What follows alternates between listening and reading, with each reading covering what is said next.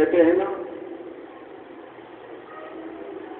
कि मैं वहां हूं, भगवान कहते हैं मैं वहां हूं जहां है मेरे हमदम खुद को खुद की खबर नहीं होती।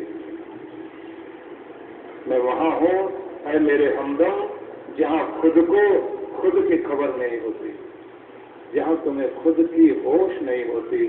उस बिंदु पर तुम मुझे पा सकते हो, उस बिंदु पर ही बैठकर तुम प्रार्थना करो कि तुम जो मांगना है मांगो। दुनिया से बेखबर होकर कभी आंख में आंसू, कभी आनंद की लहरें, कभी गदगद भाव, कभी बिल्कुल शांति, कभी गंभीर, कभी भोलापन भाव में प्रवाहित होकर भगवान के निकट पहुंचिए। कृपा होगी, अनंत रूप से कृपा होगी। तो अपने आप को परमात्मा से जोड़ने के लिए आपको ये याद रखना है कि मस्तिष्क को बिल्कुल शांत और सहज करके आप बैठें। और इसका एक रूप और है। अब ये रूप आपको ज्यादा समझ में आएगा जो मैं बताने लगा हूं, इसको भी आप करके देखिए। मैं जो आपको कह रहा हूं ये विधियां आप करना जरूर, आपकी जिंदगी में चमत्कार घटे। कभी कभी आप मानसिक रूप से भी भगवान का जाप पाठ पूजा कर लीजिए। मानसिक पूजा को आदि शंकराचार्य ने कहा कि मानसिक पूजा बाह्य पूजा से, बहिर्पूजा से 10 गुना ज्यादा काम करती है। अब तरीका बताता हूं। मानस पूजा ये है कि आप अपने घर में रहते हैं, यहाँ लोग आए हुए हैं वैद्यनाथ तीर्थ में, तो दूर दूर से भी लोग यहाँ आए हुए हैं। झारखंड से तो आए हुए हैं, बंगाल से लोग आए हुए हैं, कुछ भोपाल से, मध्य प्रदेश से आए हैं, तो कुछ लोग दिल्ली से, कुछ पंजाब से चलकर दूर दूर से लोग आए। अब आपको मान लीजिए इच्छा हो कि यहाँ से आप भगवान शिव के दर्शन करने के लिए किसी तीर्थ में जाएं, तो बैठे आप अपने घर में और जाना चाहते हैं दर्शन करने के लिए आप केदारनाथ। तो ये जो मन है आपका, इसे तो अमेरिका भेज दीजिए, चांद पर भेज दीजिए, फटाफट जाएगा, होके भी आ जाएगा। तो तन रहे भले ही आपका आपके घर में, लेकिन मन को भगवान तक पहुंचने दीजिए। तो केदारनाथ के दर्शन करके आइए मन के द्वारा रोज रोज। कभी वृंदावन भेज दीजिए, कभी वैष्णो देवी के वैष्णव दरबार में भेज दीजिए, कभी तिरुपति बालाजी में इसको भेज दीजिए, कभी अमरनाथ की बर्फीली पहाड़ियों के बीच में उस जगह भेज दीजिए कि आप टेढ़े मेढ़े रास्तों से बर्फ से फिसलते फिसलते धीरे धीरे चल करके वहां गए। ठंडी हवा के झोंकों ने आपको स्पर्श करना शुरू किया, दूर दूर तक बर्फ की चादर बिखरी हुई है और धरती आसमान तक श्वेत श्वेत दिखाई देता है। सूरज की किरणें आकर बर्फ पर चमकती हैं, तो आंखें चंदिया रही हैं, और आप जाकर के वहां जैसे ही निकट पहुंचते हैं तो आप कहते हैं, कहाँ कितने दूर डेरा लगाकर बैठे हो मेरे महादेव, तेरा बच्चा यहीं चलकर आ गया तुझे प्रणाम करने के लिए। मेरे पूर्वजों का प्रणाम स्वीकार करो, मेरे परिवार का प्रणाम स्वीकार करो। चरण शरण में उपस्थित हो गया हूँ और मैं अपना हृदय खोलकर आप तक अपनी बात कहना चाहता हूँ। पूरी दुनिया से ठुकराया गया हूँ, बहुत आंसू लेकर आया हूँ भगवान, बहुत पीड़ा लेकर के आया हूँ मेरे परमात्मा। मेरे पास और कुछ भी नहीं है, आंसू के फूल लेकर तेरे चरणों तक पहुंचा हूँ, बस यही भेंट स्वीकार कर ले। तो आप बैठे हुए हैं अपने घर में और पहुंच गए कहाँ? अमरनाथ में। अब आप लोग जैसे यहाँ बैठे हुए हैं, तो यहाँ बैठे हुए लोगों को, ये जो कैमरामैन लोग हैं, तो यहाँ आपके चेहरे को, मेरे चेहरे को, मेरी आवाज को दूर दराज तक पूरे हिंदुस्तान के कोने कोने तक पहुंचा रहे हैं। अब एक माता उठ के आई, वो कैमरे वाले से कहती, क्यों खड़ा लिया, बैठता क्यों नहीं है? अब वो तो अपनी जगह सही कह रही है कि बैठ जाना चाहिए, लेकिन ये अगर खड़ा नहीं होगा तो आवाज दूर तक नहीं जाएगी, चित्र दूर तक नहीं जाएंगे। ये जितने बाधाओं के बीच में ही अपने मन के घोड़े को पानी पिला लेना चाहिए और कोई रास्ता नहीं होता। तो आपको मैं बता रहा हूं कि आप कभी कभी पहुंच जाइए केदारनाथ में, कभी अमरनाथ में। केदारनाथ में जाएं तो यहाँ से हरिद्वार पहुंचे, हरिद्वार में गंगा में डुबकियां लगाए, ऋषिकेश से होते हुए टिहरी गढ़वाल श्रीनगर वगैरह से होते होते और आपके बलखाती सर्पाकार टेढ़ी मेढ़ी सड़कों के बीच से गुजरते हुए झरने पहाड़ सब देखते जा रहे हैं, घाटियां हैं दूर दूर तक, बहुत हरे भरे पेड़ दिखाई दे रहे हैं, ठंडी हवाएं हैं, पंछियों की चहचहाट है और आपकी गाड़ी बढ़ती चली जा रही है। आप अपने घर में बैठे बैठे मन मन में जाप करते रहें और ध्यान देते रहें कि मैं जैसे गाड़ी में बैठा बैठा चला जा रहा हूं और पहाड़ पर पहाड़ आते जा रहे हैं। कितने दुर्गम पहाड़ियों को पार करते करते करते करते आप आगे पहुंच गए हैं। आप नदियों के दर्शन करते हैं और उसके बाद चलते चलते आप उस जगह पहुंच जाते हैं जहां निकट आ गया केदारनाथ का स्थान। तो बस वहां पहुंचे और वहां आपने देखा एक जलधारा बहती हुई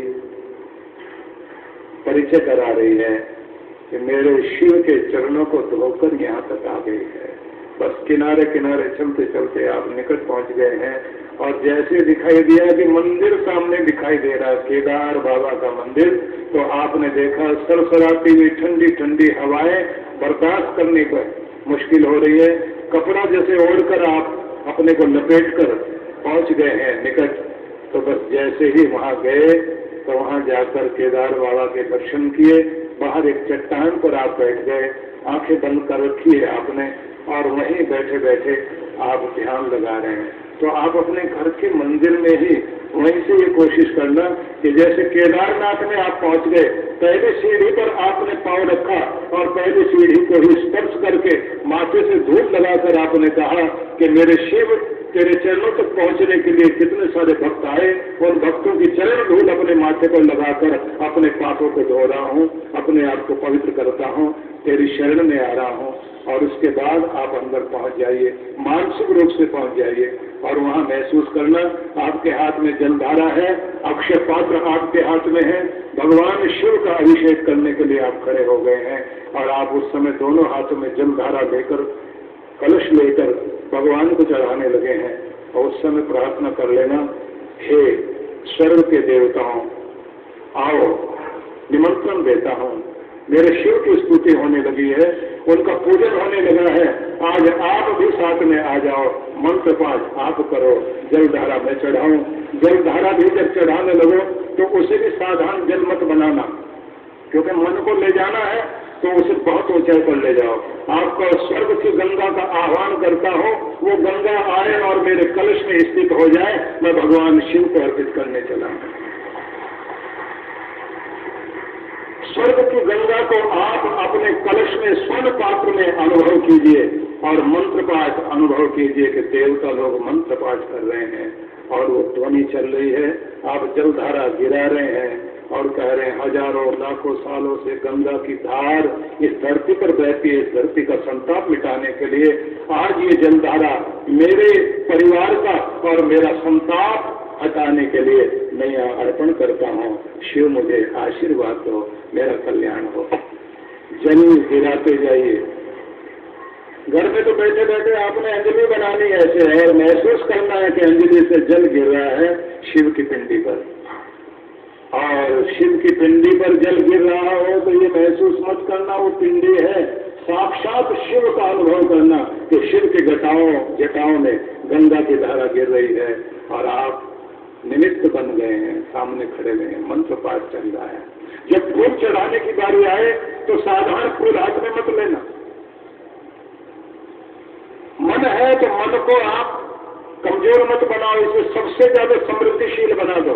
उस समय प्रार्थना करना कि नंदन वन के फूलों को मैं आमंत्रित करता हूँ, वो फूल मेरी अंजलि में आ जाए, मैं अपने शिव को अर्पित करने के लिए चला हूँ। सुगंधित रंग बिरंगे फूलों को भगवान शिव को आप अर्पित कर रहे हैं, बिल्व पत्रों को आप अर्पित कर रहे हैं। जो भी आप करें, जैसे दूध भी चढ़ाएं, तो दूध भी साधारण दूध नहीं, वो तो आप नंदनी का दूध, कामधेनु का दूध, वही आमंत्रित करो। उसी दूध को आप लीजिए और आह्वान करके उसे ग्रहण करके उसे भगवान शिव को अर्पित कीजिए, रत्नों को चढ़ाइए। अपनी तरफ से तो इतना कह दीजिए कि सब कुछ अर्पित कर रहा हूं, मेरे पास और कुछ नहीं, सारी जिंदगी पाप ही कमाए, आज वही चढ़ा रहा हूं तेरे ऊपर भगवान, बस तू इनको स्वीकार करके मुझे पूरी तरह निर्मल कर दीजिए। कई जन्मों का भटका, कई जन्मों का सताया, जगह जगह से रोया पछताया, अब तेरे द्वार पर आया हूं भगवान, मेरा कल्याण करो, मेरे शिव मेरा कल्याण करो। और बस उस तरह से आप प्रार्थना करके देखिए, आपको लगेगा कि वहां की गई प्रार्थना, आरती वंदन महसूस होगा कि आप खड़े हैं, आपके साथ देवता है और शिव साक्षात रूप में सामने बैठे हैं और आशीर्वाद दे रहे हैं। भोले भंडारी का आशीर्वाद अपने घर में बैठे बैठे ग्रहण करो। जहां आपका तन न जा सके, मन को तो जरूर जाने दीजिए, तीर्थों में जाने दीजिए, भगवान के दर्शन करके आए। जब आप बैठे तो कभी कभी ऐसा आनंद लो, कभी कभी आनंद ऐसा भी लिया करो कि किसी ऐसी नदी के तट पर आप चट्टान में बैठे हुए हो, घड़ी के हिसाब से समय संपन्न हो रहा है, तो मैं फिर भी आपको जल्दी जल्दी सुना देता हूं, क्योंकि आज की चर्चा थोड़ी अलग तरह की चर्चा थी। कथा में तो कल और प्रवेश करेंगे, तो जल्दी जल्दी आपको बता देता हूं कि नदी के किनारे किसी चट्टान पर आप बैठकर ऐसा महसूस करें कि जहां पहाड़ी क्षेत्र है, थोड़ी थोड़ी ठंडी हवा है और उस समय आप शांत होकर बैठे हुए हैं, पंछियों के कलरव के साथ मधुरता आपके अंतर में उतरने लगी है और उस नर्म गर्म धूप के अंदर शांत सहज भाव से आप अपने अंदर निर्मलता को अनुभव कर रहे हैं और आप कह रहे हैं, मैं मानता हूं प्रभु, पवित्रता ही तेरे निकट होने का पहला प्रमाण है, मुझे पवित्र करो, शुद्ध करो। शांत मन लगाते हुए महसूस करो कि आप भगवान के निकट हो रहे हो। और फिर बीच बीच में कोई गीत के बोल, जो आप भजन गाते हो ना घर में, तो ऐसे बोल लिया करो, कोई भी भजन। कई जन्मों से बुला रही हूँ, कोई तो कारण जरूर होगा, चलते चलते पहुँच न पाई, चलते चलते पहुँच न पाई, मेरी लगन का कसूर होगा, मेरे लगन का कसूर होगा।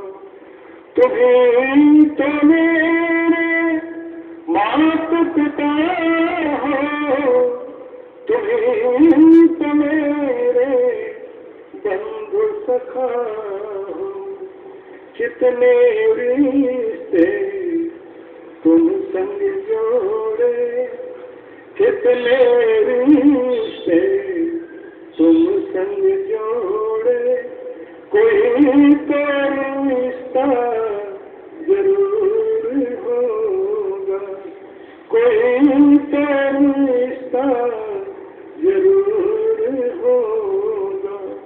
कई जन्मों से बुला रही हूँ, कोई तो कारण जरूर होगा।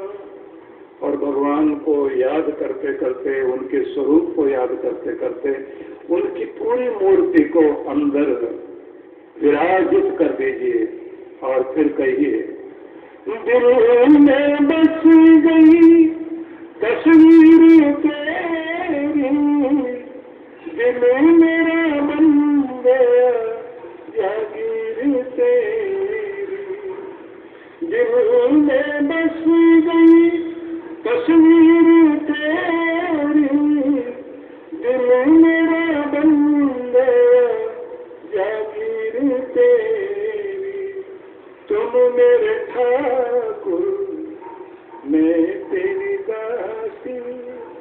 तुम मेरे ठाकुर मैं तेरी दासी, रिश्ता निभाना जरूर होगा, रिश्ता निभाना जरूर होगा। कई जन्मों से बुला रही हूँ, कई जन्मों से बुला रही हूँ, कोई तो कारण जरूर होगा, कोई तो कारण जरूर होगा। इस तरह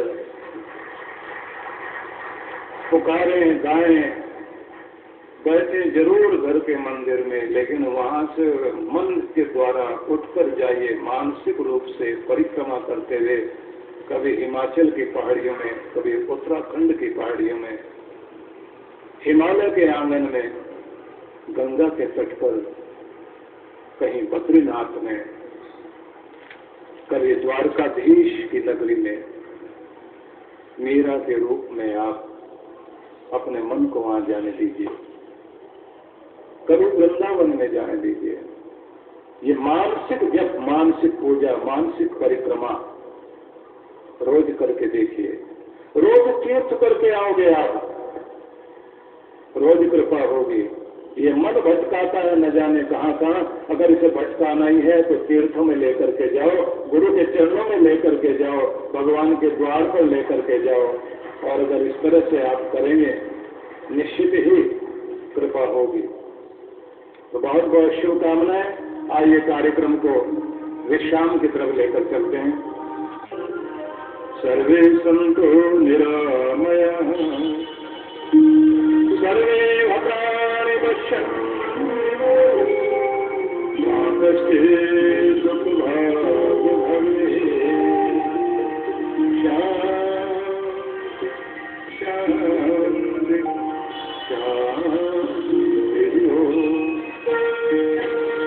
मार्ग माने गए हैं मूर्तोपासना और अमूर्त उपासना। तो अमूर्त वाले रूप तक हम लोग पहुंचे, मूर्त वाले रूप की तरफ बढ़ रहे हैं। तो आज मानसिक रूप से किस तरह से भगवान शिव की तरफ चलें, और भगवान की 8 मूर्तियां, जिसमें भूमि, जल, अग्नि, वायु, आकाश, सूर्य, चंद्र और यजमान, ये 8 मूर्तियां हैं। इन स्वरूप को भी हम ध्यान में लाएंगे। और भूमि रूप में जब शिव का नाम शर के रूप में, शर्व के रूप में आह्वान करते हैं, तो किस तरह करते हैं, सब पर हम चर्चा करेंगे। थोड़ा गंभीर ना हो जाए तो मुझे डर लगता रहता है, लेकिन मुझे बहुत खुशी है कि आप इतनी संख्या में, इतनी दूर से चलकर यहाँ आ रहे हैं। तो लगता है कि यहाँ के लोगों में कुछ बात है। बाबा का बहुत बहुत आशीर्वाद आपके साथ है। तो बहुत बहुत शुभकामनाएं।